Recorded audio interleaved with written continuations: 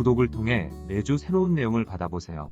위 종목들은 우리 시장이 대세 상승의 흐름 속으로 나아갈 적에 상승세의 가장 중심부에 놓일 수 있는 종목으로 다른 어떤 종목보다 관심을 갖고 지켜봐야 할 종목군이다.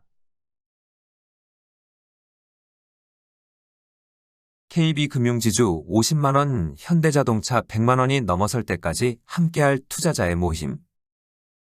지난 주말 제네바에서의 미중 1차 협상에서 기대를 넘어서는 양측의 합의로 나스닥 시장은 폭등세와 연속 강세로 이어지면서 19,000포인트를 넘어섰다. 이번 일괄 반등 흐름에서 통상적인 반등폭의 최대치가 18,100포인트 수준이었는데 단숨에 이를 크게 넘어서는 모습을 보여준 것이다. 그리고 일괄 반등의 시기 JP모간 체이스가 260달러를 넘어서는 것이 필요하다 하였는데 JP모간 체이스 또한 263달러를 넘어섰다. 강한 하락 과정을 멈추고 일괄 반등세가 발생할 적에 나스닥 시장과 향후 전체 지수를 이끌 종목이 어느 위치까지 상승할 수 있느냐는 상당히 중요하다. 지난 2월 이후의 하락 과정에서 나스닥 시장은 2개월이 되지 않은 동안 고점에서 27%의 하락폭이 발생할 정도의 강력한 하락 압력이 작용하였다. 2009년 3월 이후의 모든 상승 과정을 마감하는 하락 압력이 작용하였는데 나스닥 시장 내면에 잠재된 하락 압력의 강도는 고점에서 35% 전후였다. 나스닥 시장 기준으로 2204포인트에서 고점을 형성한 관계로 모든 상승 과정을 마감하게 되면 나스닥 시장은 13,000포인트 전후까지 밀려나게 되는 것이다. 지난 2월 이후 불과 2개월도 되지 않은 동안 나스닥 시장은 고점에서 27%의 하락폭이 발생하여 35% 전후 하락폭은 단숨에 도달할 것처럼 보였다.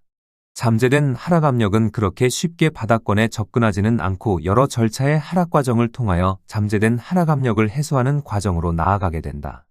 잠재된 하락 압력을 대부분 해소하게 되면 바닥권에 도달하게 되는데 이런 바닥권에 도달하는 데 있어 거쳐야 하는 중요 절차가 반등 흐름이다.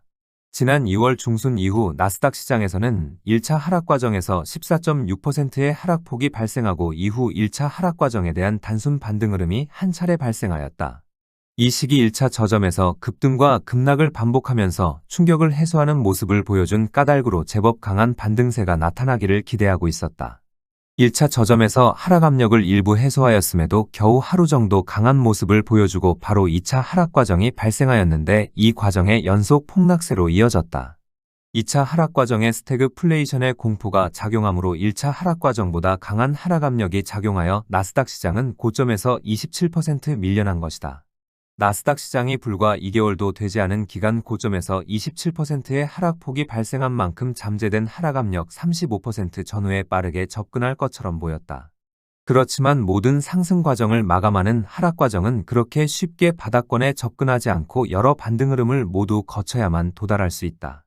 나스닥 시장 기준으로 모든 상승 과정을 마감하는 하락 과정은 2단계 하락 과정으로 35% 전후의 하락폭에 접근하는 데 앞서 27%는 1단계 하락 과정이다. 1단계 하락 과정의 저점에 도달하면 1차 하락 과정과 2차 하락 과정 전체에 대한 일괄 반등이 발생하게 되는데 이 시기 두 가지 주목할 사항이 있다. 첫 번째는 이번 세계 주식시장의 1차와 2차 하락 과정을 주도한 나스닥 시장이 일괄 반등의 시기 어느 위치까지 되돌릴 수 있느냐 하는 점이다. 통상적인 반등폭은 하락폭의 40에서 60% 수준으로 이 수준을 벗어나지 않으면 반등세를 끝내고 2차 하락 과정으로 나아가게 된다. 2022년 나스닥 시장은 추세적인 하락 과정으로 전환되고 난 다음 당시 잠재된 하락 압력은 50% 전후로 1단계 하락 과정에서 35%의 하락폭이 발생하였다. 2022년 6월 나스닥 시장은 고점에서 35%의 하락폭이 발생한 상태에서 1단계 저점에 도달하였는데 당시 통상적인 반등폭의 최대치는 14,000포인트였다. 당시 나타난 일괄 반등의 시기 나스닥 시장은 하락폭의 46% 수준의 반등에 그치고 반등세를 마감하였는데 이후 1단계 저점을 살짝 깨고 내려갔다. 일괄 반등의 시기 통상적인 반등폭의 최소치에 가까울수록 앞서의 저점을 깨고 내려가는 시점도 빨라지게 되어 있는데 그런 모습이 나타난 것이다. 이번 일괄 반등의 시기 나스닥 시장은 통상적인 반등폭의 최대치는 18,100포인트인데 미중 간의 1차 합의로 이를 크게 넘어서는 상승 시도가 나타났다. 통상적인 반등폭의 최대치를 넘어서는 폭이 크면 클수록 최고점을 넘어서겠다는 의지도 강하지만 이번에는 이 점에 큰 의미를 부여할 필요는 없다. 이번 일괄 반등의 시기 나스닥 시장이 통상적인 반등폭의 최대치를 넘어섰다는 것은 2단계 하락 과정의 시기를 크게 늦출 수 있다는 점에 의미를 둘만하다. 나스닥 시장이 반등세를 마감하여도 제한된 하락폭에 그치고 미중 간에 합의한 3개월 동안 4월 7일에 저점을 지켜낼 수 있게 된 것이다. 지난 4월 7일만 하여도 당시의 저점을 6월 초순까지 지켜낼 수 있었는데 이번 일괄 반등으로 적어도 8월 중순까지는 저점을 지켜낼 수 있게 된 것이다. 이번 일괄 반등의 시기 나스닥 시장이 어느 위치까지 상승할 수 있느냐 하는 점보다 중요한 것은 JP 모간 체이스의 되돌림 강도다. 기술주의 상승 구도는 이번 일괄 반등의 흐름에서 어떤 모습을 보여주던 잠재된 하락 압력에 의해 결국은 13,000포인트 전후까지 밀려나게 될 것이다. 중요한 것은 나스닥 시장에서 이런 모습을 보여주더라도 세계 경제가 침체 국면으로 진입하지 않고 본격적인 회복세로 전환시킬 수 있느냐 하는 점이다. 이 문제를 해결할 수 있는 것이 준비된 금융주의 상승구도이고 해당 흐름을 이끌 JP 모간 체이스는 상승구도를 가동시킬 모든 준비를 갖추고 있다. JP 모간 체이스와 골드만삭스가 금융주의 상승구도를 가동시켜 세계 주식시장 전반으로 큰 장을 만들어내면 이 문제는 해결될 수 있는 것이다. 이런 점에서 지난 2월 하락 과정을 통하여 큰 폭으로 밀려난 JP 모간 체이스는 이번 일괄 반등의 시기 260달러를 넘어서는 것이 필요하였다. JP 모간 체이스가 260달러를 넘어선다는 것은 나스닥 시장에서 2단계 하락 과정이 발생하여도 제한된 하락폭에 머물 수 있다. 뿐만 아니라 반등세를 마감하고 난 다음 고점을 넘어서겠다는 의지를 드러낸 만큼 다시 최고점을 넘어서는 재상승 시도가 나타나게 될 것이다. 여기에 일괄 반등의 시기 나스닥 시장이 당분간 2단계 하락 과정을 멈추겠다는 모습을 보여주므로 더욱 우호적인 여건이 형성되고 있다.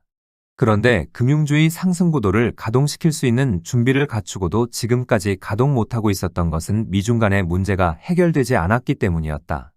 작년 9월 느닷없이 상해종합지수는 연속 급등세가 발생하면서 향후 강력한 유동성 장세를 만들어내겠다는 의지를 보여주는 상승 시도가 나타났다.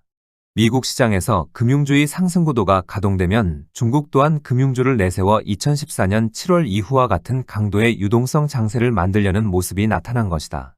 세계 경제를 본격적인 회복세로 전환시키려는 점에서 이를 긍정적으로 받아들여야 하겠지만 이와 관련하여 미중 간의 이해관계는 상당히 복잡하였다. 미국은 중국을 벼랑으로 몰아넣어 자본시장의 완전 개방에 준하는 개방폭을 원하고 중국은 최소 수준의 개방 조치를 취할 가능성이 높은 것이다. 미국 시장에서 먼저 금융주의 상승 구도를 가동시킬 경우 중국은 최소의 개방폭만으로도 유동성 장세를 충분히 만들 수 있어 고민이 깊을 수밖에 없었다. 중국으로부터 통큰 양보를 받아내기 위해서 공격적인 관세 정책을 폈다고 볼 수 있는데 이번 협상 결과를 보면 서로가 빠른 타결을 원하고 있는 모습이다. 지난 주말의 협상을 통하여 양측이 일단 물러서면서 3개월의 시한은 벌고 있지만 이 기간 해당 문제를 제대로 해결할 수 있느냐가 향후 관건이다. 이번 1차 협상에서 서로가 양보한 모습에서 더 이상 시간을 끌기 어렵다는 것을 충분히 인식하고 있어 미중 간의 문제는 해결이 될 가능성이 높다. 미중 간의 문제가 해결의 가닥을 잡아간다고 하면 이런 긍정적 신호는 상해종합지수로부터 먼저 나타날 가능성이 높다고 하였다. 상해종합지수는 작년 9월 강력한 유동성 장세를 만들어내겠다는 의지를 드러내고 난 다음 8개월 동안 박스권에서 벗어나지 못하고 있다. 상해종합지수는 지독한 수급상의 불균형으로 인하여 강력한 유동성 장세를 만들어내려면 자본시장을 20% 전후 추가 개방하는 것이 필요하다. 향후 남은 3개월 동안 미중 간의 2차 합의로 문제가 해결되면 중국은 자본시장을 추가로 개방하고 미국은 첨단 산업에 대한 규제를 완화시킬 것이다. 이 문제의 해결에 대한 관건은 중국 측이 쥐고 있는 편이라 문제가 해결되고 있다는 신호는 상해종합지수로부터 먼저 나타날 가능성이 높다. 상해종합지수의 출발 시점과 맞물려 조금 늦은 모습이겠지만 금융주의 상승구도 또한 가동되면서 세계 주식시장은 준비된 큰 장을 출발시키게 될 것이다. 이번 반등의 시기 세계 중요 시장 전반으로 금융주의 강세가 돋보이고 있는데 이런 움직임은 향후의 기조를 선반영하는 움직임으로 받아들일 수 있다. 이번 일괄 반등에서 보여준 모습으로 인하여 반등세를 마감하여도 제한된 하락폭에 머물 수 있어 다시 여유를 갖게 된 점은 다행스럽다 하겠다.